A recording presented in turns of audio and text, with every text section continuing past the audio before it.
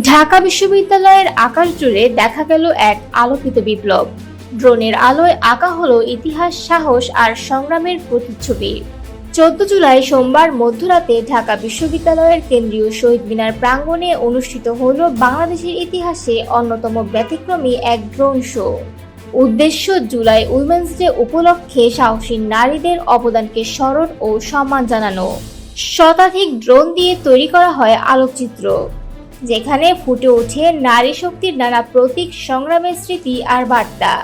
ড্রোনের আলোয় ঝলমল করে ওঠে সাহস, বিপ্লব আর জয় শব্দগুলো। বিশ্ববিদ্যালয়ের রাজু ভাস্কর্য চত্বর থেকে শুরু করে পুরো টিএসসি এলাকা আর শহীদ মিনার পর্যন্ত শিক্ষার্থীদের পদচারণায় মুখরিত হয়ে ওঠে ক্যাম্পাস।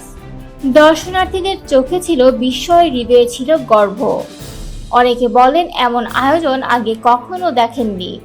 ঢাকা বিশ্ববিদ্যালয় প্রশাসনের ভাষায় এই আয়োজন ছিল 2024 সালের জুলাই অভ্যুত্থানে অংশ নেওয়া নারীদের শ্রদ্ধা জানানোর একটি প্রতীকী প্রয়াস। সেই বছর 14 জুলাই নারী শিক্ষার্থীরাই হলের তালা ভেঙে প্রথম প্রতিবাদের ডাক দিয়েছিলেন, যেখান থেকে জন্ম নেয় ইতিহাসের এক নতুন অধ্যায়। এই আয়োজন যেন সেই অধ্যায়েরই এক আলোক ছায়ার পুনরাবৃত্তি।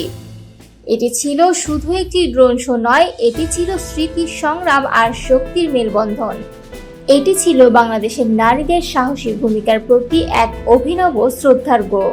আলোক পর্দায় লেখা ইতিহাস, যা মনে করিয়ে দেয় প্রতিটি বিপ্লবের পেছনে থাকে অদৃশ্য কিছু সাহসী হৃদয়।